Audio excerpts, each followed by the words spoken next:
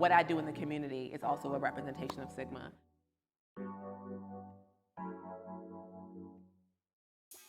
I am life member Dr. Tamisha Ponder from the Zeta Tau Sigma Alumni Chapter by way of Epsilon Lambda Bowie State University. I am the owner and founder of Sankofa Yoga and Wellness Center located in Laurel, Maryland. I started community organizing at the age of 7 by way of education, protesting, I guess you could say. I spent a lot of my college time in student government, and I was student body president at Bowie State University, and so that was a very stressful but beautiful time. Not only student body president, but also chapter president as well. So that was a lot of movement happening in my life. I knew in college, as an organizer, I felt like I had to be available to every single body and do every single thing. In hindsight, it was doing me more damage by saying yes to so many things when I should have said no to. It was recommended to try yoga more consistently, and around the age of 25 is when I decided to make it my lifestyle, and I never left it. I'm a historian, so I'm a nerd first. Education has always been my strong point, my love. I spent a career in higher education. As a historian, I always love learning the past in order to move forward, so Sankofa came with that. The name Sankofa is a Ghanaian term. It comes from Ghana, meaning that you have to know your past to move forward. It's not taboo to take what was past to move in the future. Sankofa Yoga and Wellness. Primarily yoga is the practice, but wellness includes all holistic type of session service, anything that is alternative. I'm also a doula, so I have a doula agency connected to the practice as well. So we also open a primary care. So our primary care, we actually service the state of Maryland. We have multiple government contracts that helps Black women who are underinsured and underserved. We help insure them and screen them for breast and cervical cancer as well. Rewarding aspects are seeing the faces, the new bodies. When I mean new bodies, I mean like invigorated bodies. It's coming in stiff, coming in from a long day of work and leaving out with a smile. One of my favorite moments is acquiring new members and new members of our community who either have health conditions and seeing it fade away. We have members who are visually impaired and hearing impaired, and we've been able to work with them in a comfortable space.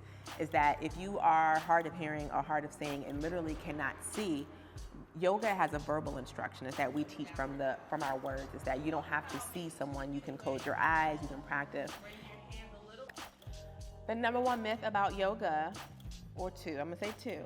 One, of course, the inflexibility.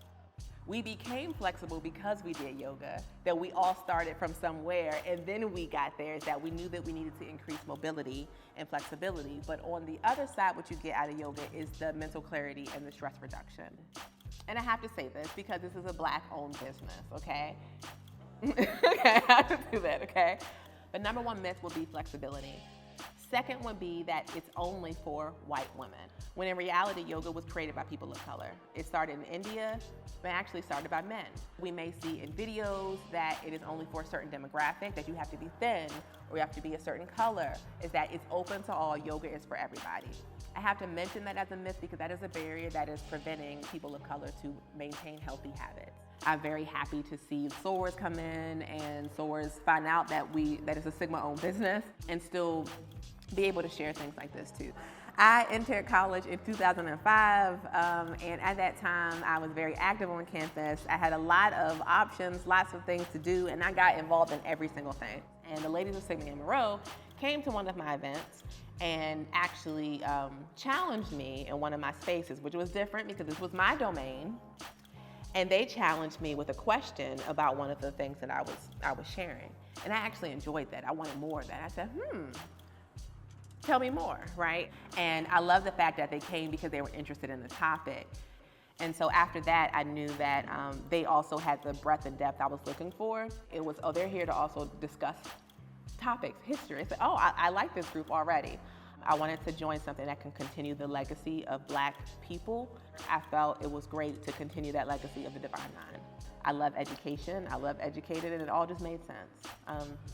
Yeah. That's why I picked Sigma Gamma Rho. If I could offer anything to college-age women is to find your tribe and love them hard. Your tribe dictates not only your vibe, but your mental health, physical health, spiritual, emotionally, all the things for the years to come. You want folks to challenge you. You want folks to see you when you don't see yourself, and that takes a conscious selection of your tribe. It's friends that hold you accountable, friends that motivate you, that support you. If you find not only your tribe in college, but really learn yourself and know your stress triggers, it will help you tremendously moving forward. Is that take care of yourself at undergrad, because your body will not be the same. You're older longer than you're younger. Whatever you're feeling now, find your best solutions to mitigate that, release it. Find your best stress reliever in college, and you'll continue it forever.